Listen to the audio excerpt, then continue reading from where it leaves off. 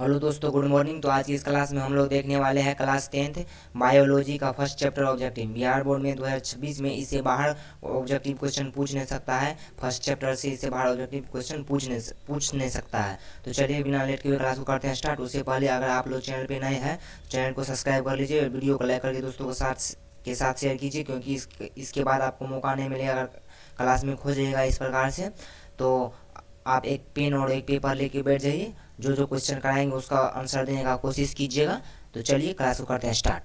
तो पहला क्वेश्चन है कि जीवों में पोषण की प्रमुख दो विधियां कौन कौन सी पाई जाती है। जीव जो होता है उसमें पोषण की दो विधियां पाई जाती हैं। तो जीवों में पोषण की दो विधियां कौन कौन सी पाई जाती हैं। तो स्वपोषण और परपोषण कौन सी पाई जाती है। तो स्वपोषण और परपोषण कौन कौन सी, स्वपोषण और परपोषण दो विधियां पाई जाती है। उसमें एक स्वपोषण है और दूसरा परपोषण है। हरे पौधे में किस प्रकार का पोषण पाया जाता है। हरे पौधे में किस प्रकार का पोषण पाया जाता है। तो हरे पौधे में स्वपोषण होता है। हरे पौधे में कौन सा पोषण होता है।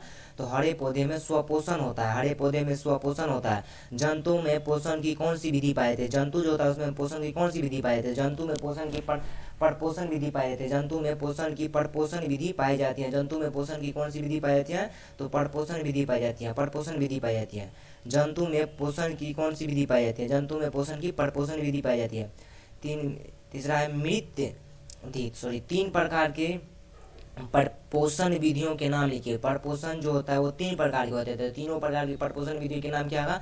तो पहला मृतजीवी, दूसरा मृतजीवी, दूसरा परजीवी, ठीक, दूसरा परजीवी, और तीसरा प्राणी संपोषण। प्राणी संपोषण तीन प्रकार की परपोषण विधियों के नाम कौन कौन से है। तो मृतजीवी, परजीवी और प्राणी संपोषण। तीन प्रकार के पोषणों की विधियों के नाम कौन कौन सी है। मृतजीवी, परजीवी और प्राणी संपोषण। मृतजीवी, परजीवी और प्राणी संपोषण। चलिए अगला है क्वेश्चन नंबर 5 कि प्रकाश संश्लेषण की प्रक्रिया। प्रकाश संश्लेषण प्रक्रिया हरित लवक या क्लोरोप्लास्ट में ही क्यों होती है। प्रकाश संश्लेषण की जो प्रक्रिया होती है वो हरित लवक या क्लोरोप्लास्ट में ही होती है। तो ये क्यों होती है। तो इसका आंसर होगा क्योंकि इसमें क्लोरोफिल वर्णक पाया जाता है। क्लोरोफिल वर्णक पाया जाता है। प्रकाश संश्लेषण की प्रक्रिया हरित लवक या क्लोरोप्लास्ट में ही क्यों होती है। तो इसका आंसर होगा क्योंकि इसमें क्लोरोफिल वर्णक पाया जाता है। क्योंकि इसमें क्लोरोफिल वर्णक पाया जाता है। अगला है 6 नंबर का कि प्रकाश संश्लेषण की प्रक्रिया में उप उत्पाद के रूप में क्या बनता है। प्रकाश संश्लेषण की प्रक्रिया में उप उत्पाद यानी कि प्रोडक्ट के रूप में क्या बनता है। तो ऑक्सीजन बनता है। क्या बनता है। तो ऑक्सीजन बनता है। ऑक्सीजन क्या बनता है। ऑक्सीजन। चलिए अगला है मनुष्य के, अगला ये ऑनलाइन हो गया कि मनुष्य के आहार नाल में अपेंडिक्स का कोई कार्य नहीं होता। मनुष्य का जो आहार नाल है उसमें अपेंडिक्स जो कि अंगूठा की तरह होता है। अपेंडिक्स अंगूठा की तरह होता है, इसका कोई काम नहीं होता। हमारे शरीर में अपेंडिक्स अंगूठा की तरह होता है, इसका कोई कार्य नहीं होता है। कई आदमी को सुने हुए आप लोग किसी उसका अपेंडिक्स काट के निकाल दिया गया है। अपेंडिक्स एक अवशेषी अंग है। अपेंडिक्स क्या है। एक अवशेषी अंग है। अपेंडिक्स एक अवशेषी अंग है। अपेंडिक्स एक अवशेषी अंग है। बड़ी आंत दो भागों में बांटा गया है। बड़ी आंत कितने भागों में बांटा गया है। तो बड़ी आंत दो भागों में बांटा गया है। बड़ी आंत कितने भागों में बांटा गया है। तो बड़ी आंत दो भागों में बांटा गया है। वो दो भागों का नाम क्या क्या है आप लोग कमेंट बॉक्स में बताइए। बड़ी आंत दो भागों में बांटा गया है और वो दोनों भागों का नाम क्या क्या है आप लोग कमेंट बॉक्स में बताइए जरूर। चलिए 10 नंबर का देखते हैं अगला। 10 नंबर प्रकाश संश्लेषण प्रक्रिया के लिए किन किन पदार्थों की आवश्यकता होती है। प्रकाश संश्लेषण की जो प्रक्रिया होती है उसमें किन किन पदार्थों की आवश्यकता होती है। पहला होता है सूर्य प्रकाश। पहला क्या होता है। सूर्य प्रकाश। प्रकाश संश्लेषण प्रक्रिया में किन किन चीजों की आवश्यकता होती है। प्रकाश संश्लेषण प्रक्रिया में किन किन चीजों की आवश्यकता होती है। तो पहला होता है सूर्य प्रकाश, ठीक। दूसरा क्या होता है। तो पर्णहरित, दूसरा पर्णहरित या क्लोरोफिल। तीसरा कार्बन डाइऑक्साइड और चौथा H2O यानी कि जल। चौथा H2O यानी कि जल, ठीक। प्रकाश संश्लेषण की प्रक्रिया में कौन कौन सी पदार्थ की आवश्यकता होती है। तो प्रकाश संश्लेषण की प्रक्रिया में 4 चीजों की आवश्यकता होती है। प्रकाश संश्लेषण की प्रक्रियाओं में 4 चीजों की आवश्यकता होती है। पहला सूर्य प्रकाश, दूसरा पर्णहरित या क्लोरोफिल, तीसरा कार्बन डाइऑक्साइड, चौथा जल, ठीक। चलिए अगला देखते हैं। अगला 11 नंबर का, प्रकाश संश्लेषण प्रक्रिया के लिए पौधे कार्बन डाइऑक्साइड कहाँ से प्राप्त करते हैं? प्रकाश संश्लेषण की प्रक्रिया में पौधा तो कार्बन डाइऑक्साइड प्राप्त करता है, जैसे कि मिट्टी से जल तथा खनिज लवण प्राप्त करता है, तो उसी प्रकार से प्रकाश संश्लेषण की प्रक्रिया में पौधा कार्बन डाइऑक्साइड कहाँ से प्राप्त करता है? तो प्रकाश संश्लेषण की प्रक्रिया में पौधा कार्बन डाइऑक्साइड वायुमंडल से प्राप्त करता है, वायुमंडल से। अगला है 12 में, कवक एवं जीवाणु में प्रकाश संश्लेषण की प्रक्रिया क्यों नहीं होती है? कवक एवं जीवाणु पता है आप लोग को, इसमें प्रकाश संश्लेषण की क्रिया क्यों नहीं होती है? क्योंकि इसमें क्लोरोफिल वर्णक नहीं पाया जाता है, क्लोरोफिल वर्णक के कारण ही प्रकाश संश्लेषण की क्रिया संभव है, क्लोरोफिल वर्णक कारण ही प्रकाश संश्लेषण की क्रिया क्या है? तो संभव है, उसके बिना संभव प्रकाश संश्लेषण की क्रिया संभव नहीं है। अगला है, पोषण की दृष्टि से अमीबा तथा पैरामीशियम किस प्रकार के जंतु है? पोषण की दृष्टि से पैरामीशियम तथा अमीबा किस प्रकार के जंतु है? तो प्राणी संभोजी कैसा है? तो प्राणी संभोजी। अगला है, मनुष्य का आहार नाल कौन से मुख्य भागों में बांटा होता है? मनुष्य का जो आहार नाल होता है वो कौन से मुख्य भागों में बटा होता है?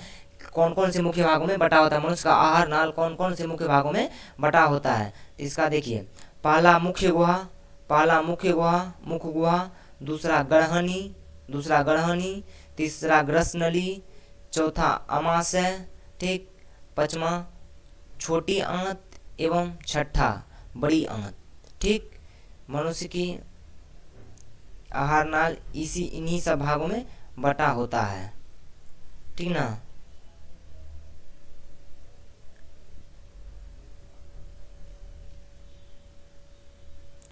अगला है कि ग्रसनी में स्थित सॉरी एक मिनट। अगला है, ग्रसनी में स्थित दो छिद्रों का नाम लिखिए। ग्रसनी में स्थित दो छिद्रों का नाम कौन कौन सा है बताइए? तो ग्रसनी में स्थित दो छिद्रों का नाम कौन कौन सा है? तो ग्रसनी में स्थित दो छिद्रों का नाम निगल द्वार एवं कंठ द्वार है। ग्रसनी में स्थित दो छिद्रों का नाम निगल द्वार एवं कंठ द्वार है। अगला है, मनुष्य में पाचन आहार नाल किस भाग से शुरू होता है? मनुष्य में पाचन आहार नाल किस भाग से शुरू होता है? तो मुख गुहा से। मनुष्य में पाचन आहार नाल किस भाग से शुरू होता है? तो मुख गुहा से। मनुष्य में पाचन आहार नाल किस भाग से शुरू होता है? तो मुख गुहा से। अगला चलिए देखते हैं। अगला मनुष्य में 17 का, कि मनुष्य के आहार नाल में के किस भाग में पचे हुए भोजन का अवशोषण होता है? मनुष्य के आहार नाल के किस भाग में पचे हुए भोजन का अवशोषण होता है? तो छोटी आंत के इलियम में। कहाँ? छोटी आंत के इलियम में। अगला है, क्लोरोफिल वर्णक कहाँ पाया जाता है? क्लोरोफिल वर्णक क्लोरोप्लास्ट में पाया जाता है। क्लोरोफिल वर्णक कहाँ पाया जाता है? क्लोरोफिल वर्णक क्लोरोप्लास्ट में पाया जाता है। क्लोरोफिल कहाँ पाया जाता है? क्लोरोफिल क्लोरोप्लास्ट में पाया जाता है। प्रकाश संश्लेषण प्रक्रम द्वारा पौधा क्या निर्माण करता है? प्रकाश संश्लेषण प्रक्रिया के द्वारा पौधा क्या निर्माण करता है? तो पौधा अपना भोजन के रूप में ग्लूकोज तैयार करते हैं। ग्लूकोज तैयार करते हैं। अगर मृत जीवी को क्या कहा जाता है? मृत जीवी को अपघटक कहते हैं। जिस जीव के शरीर से परजीवी अपना भोजन प्राप्त करते हैं वो क्या कहलाते हैं? तो परपोषी कहलाते हैं। क्या कहलाते हैं? तो परपोषी कहलाते हैं। गोबर छत्ता में किस प्रकार का पोषण होता है? गोबर छत्ता में किस प्रकार का पोषण होता है? तो मृतजीवी। गोबर छत्ता में किस प्रकार का पोषण होता है? तो मृतजीवी होता है। पत्तियों का कौन सा अंग कार्बन डाइऑक्साइड युक्त वायु का प्रवेश द्वार होता है? कि पत्तियों का कौन सा अंग कार्बन डाइऑक्साइड को अंदर प्रवेश कराता है? तो उसका आंसर हो जाएगा रंध्र। क्या होगा? तो रंध्र। अगला है, पोषण की दृष्टि से जंतुओं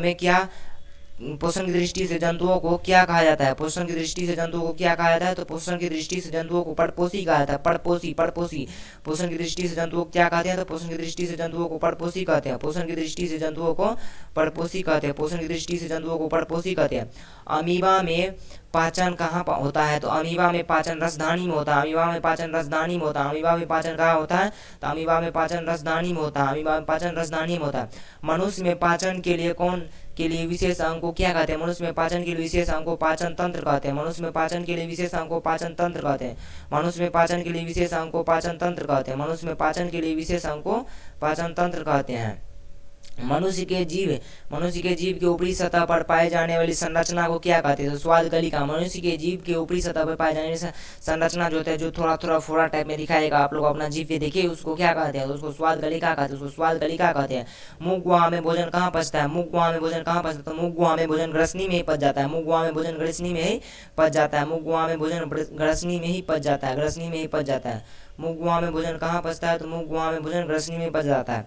ग्रसनली की दीवार में तरंग की तरह होने वाली सिकुड़न एवं फैलाव को क्या कहते हैं? ग्रसनी की दीवार में तरंग की तरह सिकुड़ता है, एक बार फैलता है, एक बार सिकुड़ता है, एक बार फैलता है, उसको क्या कहते हैं? उसको कर्मा कुंचन कहते हैं। उसको क्या कहते हैं? तो उसको कर्मा कुंचन कहते हैं। कर्मा कुंचन कहते हैं। कर्मा कुंचन कहते हैं। भोजन में मौजूद प्रोटीन को पेप्टोन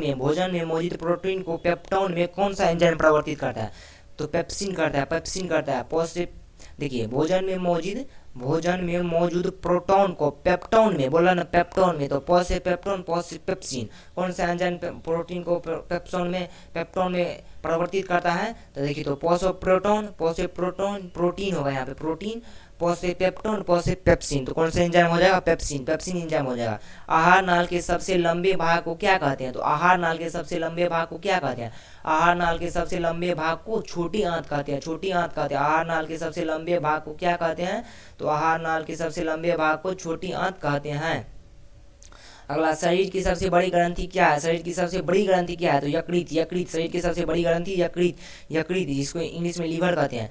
पाचन की प्रक्रिया कहाँ पूर्ण होती है? पाचन की प्रक्रिया समाप्त कहाँ पे हो जाती है? तो पाचन की प्रक्रिया छोटी आंत में पूर्ण हो जाती है। छोटी आंत एवं बड़ी आंत के जोड़ पर अवस्थित नली को क्या कहते हैं? छोटी आंत और बड़ी आंत को जोड़ने वाली एक नली पाई जाती है।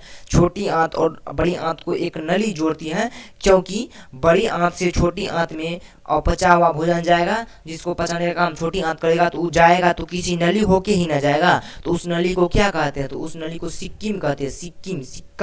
सिक्कम नली कहते हैं। ठीक, अगला है, अपचा भोज अस्थायी अपचा भोजन अस्थायी तौर पर कहाँ संचित रहता है? यानी कि अपचा हुआ भोजन अस्थायी तौर पर, थोड़ा देर के लिए रहेगा, फिर वहां से निकल जाएगा, तो कहाँ रहता है? तो बड़ी आंत के रेक्टम में रहता है। अपचा भोजन अस्थित रहता अस्थायी रूप से बड़ी आंत के रेक्टम में रहता है, और मल द्वार के होते हुए फिर वो निकल जाता है अपचा हुआ भोजन। दांत के सबसे ऊपरी परत को क्या कहते हैं? इनामेल कहते हैं। दांत की सबसे ऊपरी परत को इनामेल कहते हैं। इनामेल जो है ना, ये बहुत ही कठोर पाया होता है। इनामेल बहुत ही कठोर होता है। अगला है, मानव आहार नाल का सबसे लंबा भाग है। मानव आहार नाल का सबसे लंबा भाग कौन सा है? तो मानव आहार नाल का सबसे लंबा भाग छोटी आंत है। छोटी आंत की लंबाई बहुत ही है। छोटी आंत की लंबाई कितनी है आप लोग बताइए तो फटाफट से। छोटी आंत की लंबाई, न्यूक्लियस शब्द किसके द्वारा दी गई? न्यूक्लियस शब्द किसके द्वारा दिया गया? तो रॉबर्ट ब्राउन के द्वारा न्यूक्लियस शब्द दिया गया। रॉबर्ट ब्राउन के द्वारा न्यूक्लियस शब्द दिया गया। न्यूक्लियस शब्द किसके द्वारा दिया गया? तो रॉबर्ट ब्राउन के द्वारा। अगला है, पौधे में भोजन किस रूप में जमा होता है? पौधे में भोजन जो है वो स्टार्च के रूप में जमा होता है। कैसा? तो स्टार्च के रूप में। पौधे में भोजन स्टार्च के रूप में जमा होता है। तो अब आप लोग बताइए, चलिए एक क्वेश्चन और, सॉरी, कि पौधे और पशुओं की कोशिकाओं का वैज्ञानिक अध्ययन क्या कहलाता है? पौधे और पशुओं की कोशिकाओं का वैज्ञानिक अध्ययन, जिससे वैज्ञानिक अध्ययन है कि विज्ञान में जो अध्ययन होता है उसके क्या कहते हैं? तो उसे कोशिका विज्ञान कहते हैं। क्या कहते हैं? कोशिका विज्ञान कहते हैं। तो अब आप लोग बताइए, आप लोग का 40 में कितना सही हुआ? 40 में आप लोगों को कितना याद था? कन्फर्म याद था? बताइए फटाफट से कमेंट बॉक्स में बताइए। अगर अभी तक कोई है ऐसा स्टूडेंट जो चैनल को सब्सक्राइब नहीं किया है, तो चैनल को सब्सक्राइब करके वीडियो को जरूर से लाइक कर दीजिएगा और दोस्तों के साथ शेयर जरूर कीजिएगा। ठीक, तो अगला देखते हैं। अगला, पीतरस कहाँ से स्रावित होता है? तो यकृत से। पीतरस कहाँ से स्रावित होता है? तो यकृत से। निम्नलिखित में कौन ट्रिप्सिन एंजाइम का कार्य करता है? निम्नलिखित में प्रोटीन पाचन एंजाइम का कार्य करता है। निम्नलिखित में कौन ट्रिप्सिन एंजाइम का कार्य करता है? तो प्रोटीन का पाचन, ट्रिप्सिन एंजाइम। निम्नलिखित में कौन ट्रिप्सिन एंजाइम का कार्य है? तो पाचन प्रोटीन का पचाना ही ट्रिप्सिन एंजाइम का कार्य है, ट्रिप्सिन एंजाइम का कार्य है। ठीक, देखिए यहाँ पे मुख गुहा में आहार नाल का कौन सा भाग का पाचन होता है? मुख गुहा में आहार नाल का कौन सा पाचन होता है? कार्बोहाइड्रेट जानते हैं ना, कार्बोहाइड्रेट, उसका जो पाचन होता है ना तो आहार नाल में ही हो जाता है। कार्बोहाइड्रेट का पाचन आहार नाल में ही हो जाता है, कार्बोहाइड्रेट का पाचन आहार नाल में ही हो जाता है। ठीक ना। अगला है परिशेषिका हिस्सा है, परिशेषिका किसका हिस्सा है? तो आहार नाल का। परिशेषिका किसका हिस्सा है? तो आहार नाल का। किसकी उपस्थिति के कारण पौधा का रंग हरा होता है? तो क्लोरोफिल की उपस्थिति के कारण पौधा का रंग हरा होता है। किसकी उपस्थिति के कारण? तो क्लोरोफिल की उपस्थिति के कारण पौधा का रंग हरा होता है। हाइड्रा में क्या पाया जाता है? तो हाइड्रा में स्पर्शक पाया जाता है, हाइड्रा में स्पर्शक पाया जाता है, हाइड्रा में स्पर्शक पाया जाता है, हाइड्रा में स्पर्शक पाया जाता है। ग्लूकोज का रासायनिक सूत्र क्या है? ग्लूकोज का रासायनिक सूत्र C6H12O6। ग्लूकोज का रासायनिक सूत्र C6H12O6। ग्लूकोज का रासायनिक सूत्र C6H12O6 है। ठीक, ठीक ना। आप लोग चीनी का बातें तो रासायनिक सूत्र क्या होता है चीनी का? अमीबा में अधिकांश पोषण कैसा होता है? तो अमीबा में अधिकांश पोषण कैसा होता है? तो अमीबा में अधिकांश पोषण अंतर्ग्रहण होता है, अमीबा में अधिकांश पोषण अंतर्ग्रहण होता है। प्रकाश संश्लेषण की क्रिया होती है, कहाँ होती है? तो प्रकाश संश्लेषण की प्रक्रिया हरे पौधे में होती है, कहाँ होती है? तो हरे पौधे में होती है। ठीक, हरे पौधे में, कहाँ? हरे पौधे में। प्रकाश संश्लेषण की प्रक्रिया हरे पौधे में होती है। ठीक ना। अगला है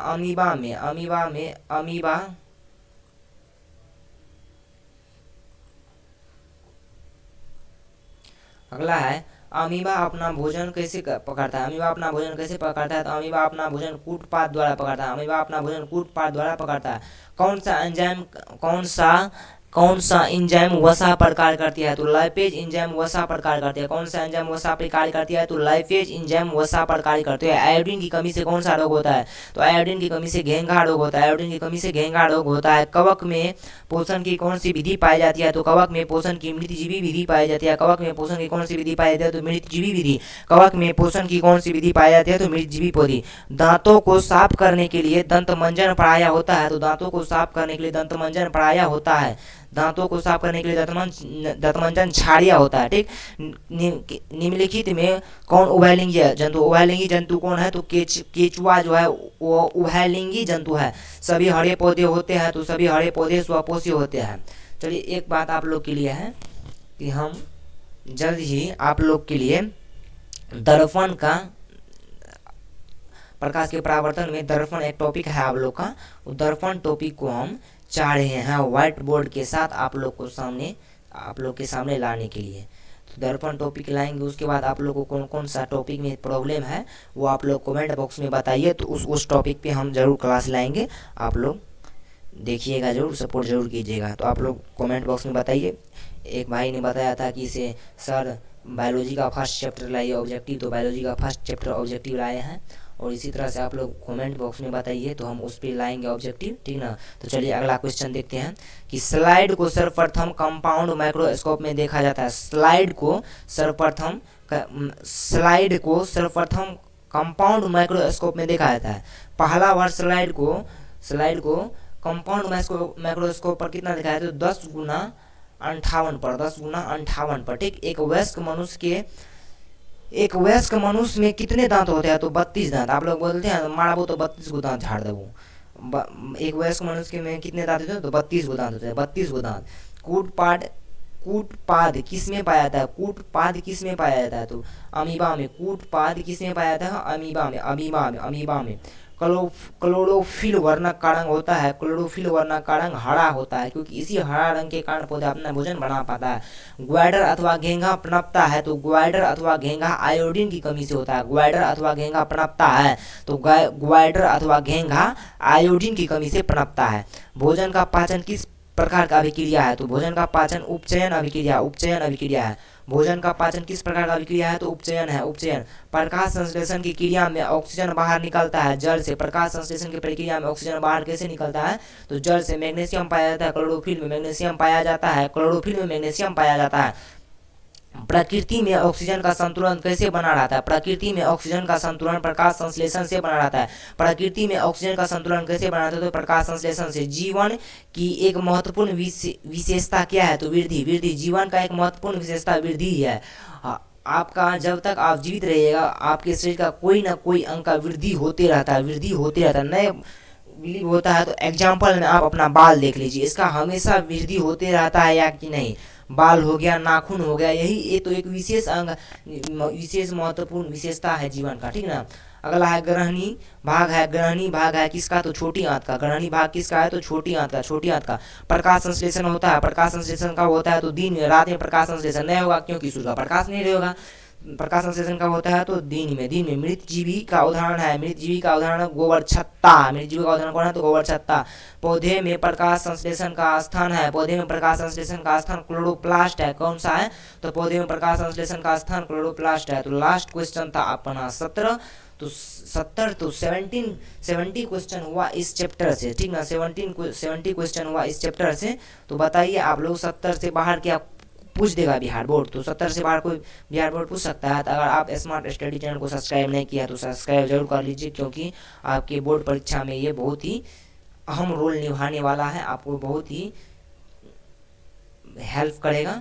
तो आप लोग बताइए फटाफट से कमेंट बॉक्स में जरूर से बताइए, 1 मिनट रुक के बताइए आप लोगों को किस टॉपिक पे चाहिए क्लास। तो उस टॉपिक पे हम जरूर लाएंगे। और अभी तक भी जो ने चैनल को सब्सक्राइब और वीडियो को लाइक किया तो जरूर से कर लीजिए, ठीक है ना, क्योंकि क्लास करके आप लोग को समझ में आ ही गया होगा कि कैसा कैसा क्लास आने वाला है। तो थैंक यू, मिलते हैं नेक्स्ट वीडियो में। तब तक के लिए पढ़ते रहिए, मुस्कुराते रहिए।